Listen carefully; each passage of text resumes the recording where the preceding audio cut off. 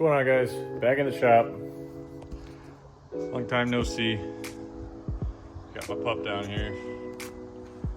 Yeah, there she is. So, as you can see, we moved the car off the lift. Today, we're going to be doing the radiator mounting and then hopefully some intercooler piping. I was practicing some aluminum welds. Pretty tough to do with the spool gun on the MIG, so I may have to borrow my buddy's TIG, but we'll see when we get there. But for now, we're gonna get this radiator mounted. Now recently I made a radiator support. I just made this out of 1/2-inch stainless steel, solid stainless steel, and welded some tabs on, and then put some rib nuts in. Those are threaded. And so hopefully that mounts up good. We're using the stock radiator mounts. Then we can get to mounting that intercooler and get that puppy on there and hopefully get some piping welded up. So stay tuned, guys. Let's see what we can do.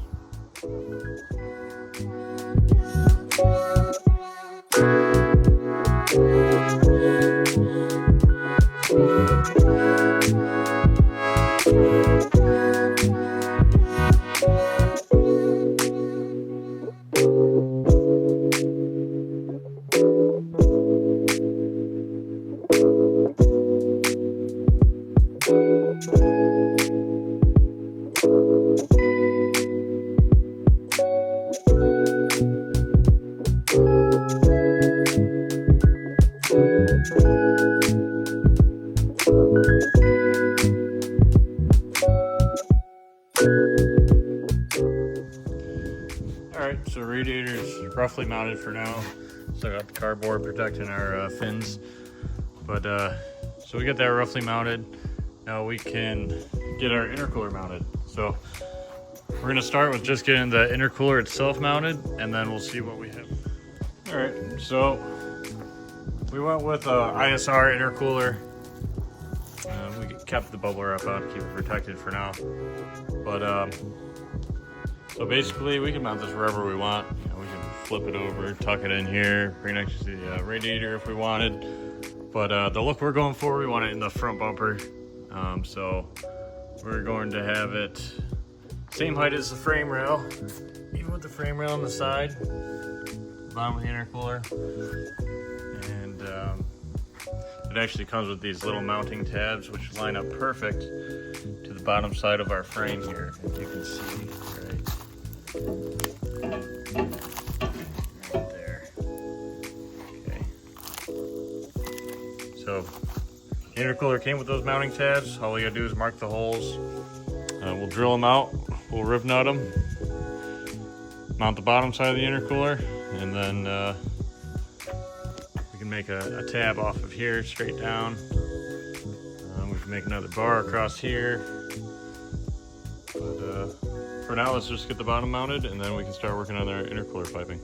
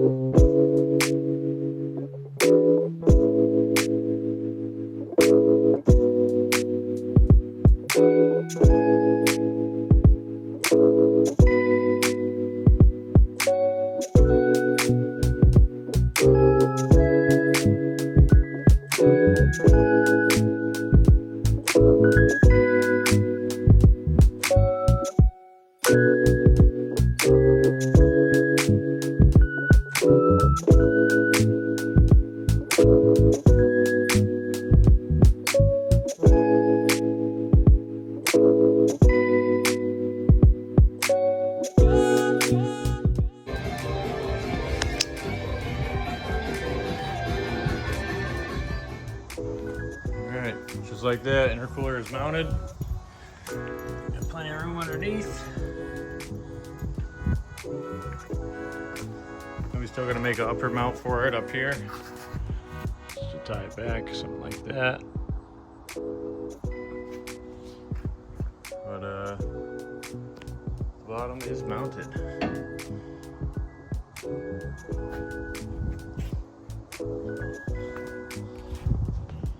Alright, so I ordered all the couplers for the intercooler piping. Also ordered some intercooler piping, and we're gonna wait for that to come in.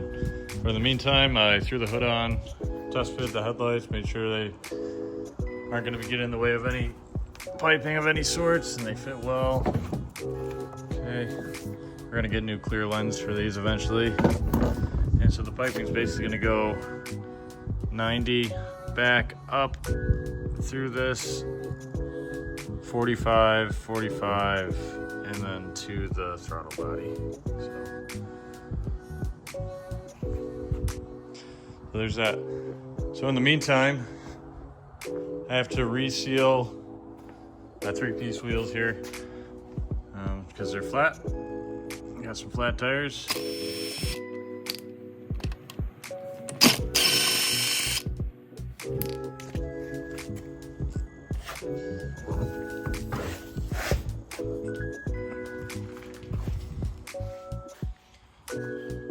So after you get your wheel off your car, you're gonna take your tire off your wheel. Okay, all right, got the tire off the rim now. We're gonna take a razor blade and we're gonna cut. This is the silicone where they seal the two halves together. So your barrel to the rim. So we are going to be cutting in a V shape like this, all the way around this side. Nice and deep, and then same on the other side, a V all the way down that way. And then this silicone bead that's in here will come out. Sometimes it'll come out as one piece, sometimes it'll be a few pieces, but basically you just do one of these, get in there, all the way. Take your time. Alright, after you work your way around, cutting both sides, the silicone should just peel right up, which it does. So you may have to go around with a wire brush afterwards to get some spots like this that didn't cut through. Okay, so we got a majority of the silicone out. You see it all over the ground here. So now you're just going to take a wire brush and get the rest of it. The little chunks falling out. That should look pretty silicone free in there. Now you can use your compressed air, blow that out.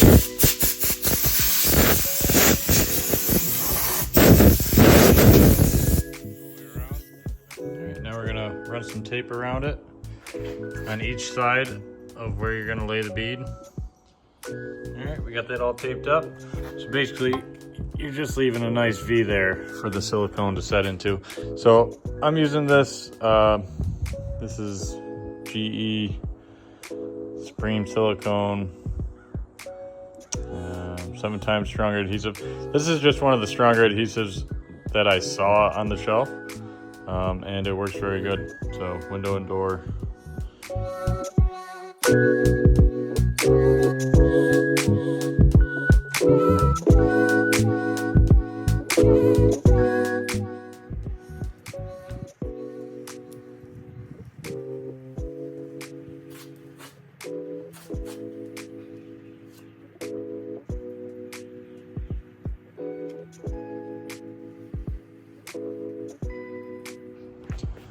All right, so after you run your bead around, you go over it with the card like you saw me do. And it becomes nice and flat. All right, now you're gonna take off your tape and let it dry. And there you go, resealed your wheel. All right, guys. So we're at a point in the project where it's gonna be tough to record what exactly I'm doing here, but I'm gonna try to explain it the best I can. So basically, I bought the Wiring Specialties body harness. So this is a pre-made harness to use all the OEM stocks, OEM connectors, and it uses a PDM, which is pre-programmed for this harness to work in this car. Wiring Specialties makes this super easy. Everything's labeled. Yeah, power window there, another power window there. There's your wiper. So we're gonna run this throughout the car. Just basically follow the tabs and see exactly where everything's gotta be connected, and see where that ends up. And hopefully we can put this up under the dash, get that mounted, and go from there. So let's get this harness in the car. So the best way I can recommend doing this is you just start with the trunk. So you find all the connectors that are for the trunk here. So you got the fuel, you got the tail lights, etc. So my dog interrupted me. Anywho, so yeah, just start roughly running everything through. There's your harness hole over there.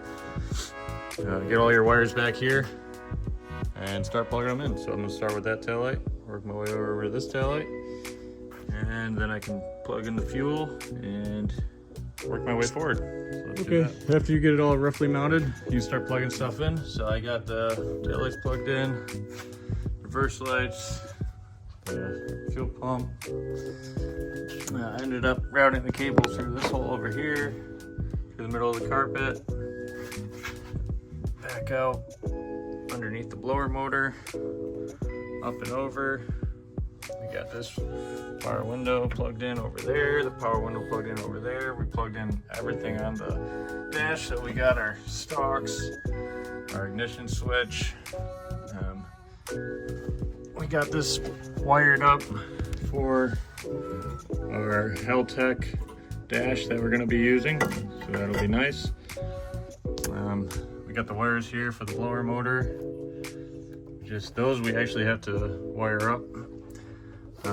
Other than that, that's our horn. I don't have that plugged in yet, but you can see everything's all routed. And then it runs through the hole on the firewall, which then runs through the engine bay. And you can see here we got our wiper plug there, so our wiper motor is going to go there. And we got the rest of the wires just loosely ran out here. When I roughly mounted this fender, cut out the whole inside. Got it looking really decent. Like I said, it's roughly mounted. It's not tight. It's just, a bolt there. So, all right. So I think next we can get our PDM itself mounted in there, and then we can start running some power cables from the trunk, which is where our battery will be. All right, next we're actually going to go through and connect all of our grounds. So you can see here, the trunk, we got a ground here, and it looks like another ground over here, and everything's labeled, which is nice about Wiring Specialties, the way they label everything. I can't get that to focus, but there it is. So let's get all of our grounds connected. All right, we got all of our grounds connected. I just threw some cable ties to tie it up to the dash bar here. Everything's all tucked away. Same for the rear. The only thing I didn't ground out yet was the fuel pump. So we're gonna leave this one out for now and come back to that. But everything else is tied up, tucked away. Okay. So next thing I'm going to do is mount our PDM itself here. So the PDM, we're going to mount it up and out of the way in the passenger kick panel, about there. Okay. So really I can only use these two mounting holes. So what I'm going to do is make a plate that goes behind this, and it's going to basically tie together all 4 of those holes into one plate, and then I can use these 2 holes to mount it. I don't know if that makes sense to you, but it's gonna basically just make everything all sturdy, so it's not just relying on these 2 tabs to mount it. It's gonna tie this all together and then use these 2 holes to mount it. But so I'm gonna make up a plate real quick, and this is basically what I came up with. Just a square to reinforce the back side of this plastic module itself. Like I said, it's only gonna mount with these 2 bolts on this side, but that's gonna mount it also to the plate, this is also gonna be mounted to the plate on this side. And that will just basically make the whole thing sturdy, so it's not just on these 2 plastic tabs. All right, so this is how we're mounting our PDM. Got this plate here, put a couple rib nuts on one side. We're going to bolt in this side to the plate, and then we're gonna mount this side to the chassis, which I also put a couple rib nuts in there, like so. So let me show you how that's gonna come out. And there she is, all mounted up. So it's all tucked away in the kick panel here. Sturdy as can be. Okay.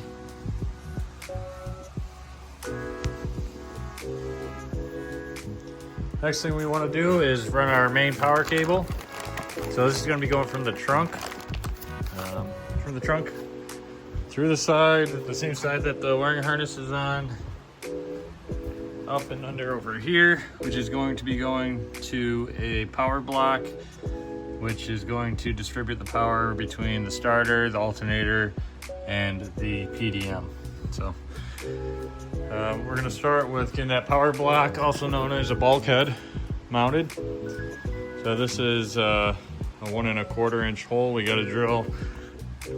Right, and I'm going to choose this hole right here. So that's a 1 1/4 inch hole. Get that mounted, and then we can start running some wires. So I ran over to Harbor Freight. They had these nice step drill bits, goes up to 1 3/8, so that's more than enough. So let's get drilling. All right. You can see we drilled our hole. We got our our power block mounted. Let's see what that looks like from the engine bay.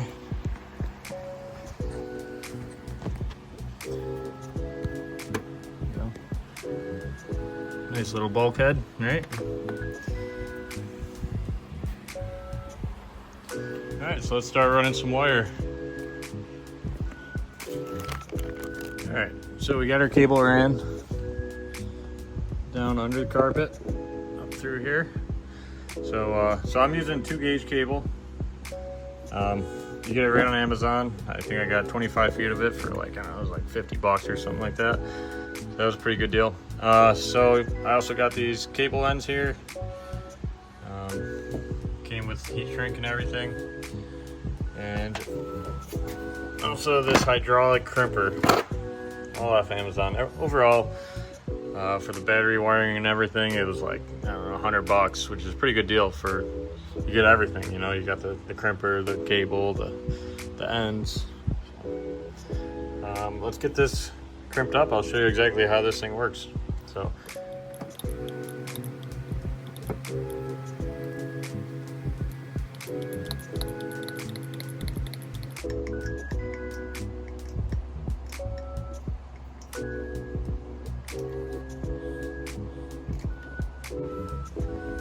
there we go. So we got the end crimped on there, and then we got some heat shrink on there. So we can connect this to our bulkhead right there. Okay, connect this right there. All right. Just gonna tuck right behind the carpet there, like so. It's not back on there for now. So we have to run another power wire from our bulkhead here over here to our PDM to give this power. So let's do that. By the way, this is what the ends look like after you crimp them. So it makes it look pretty neat, professional. And then you throw the heat shield over that and it looks even more professional. So let's get some heat shield on this, and then we'll get this wired up between the PDM and the power distribution block there. Here she is, all wired up. All right, so we got a lot done. Our rear tires are holding air now, so that's good. We got our rear wheels all sealed up. We got our battery cables ran. Our wiring harness, chassis harness is in. And we got this fender on. We got our intercooler mounted. So like I said, that's gonna do it for this one, guys. Thanks for watching, and see you in the next one.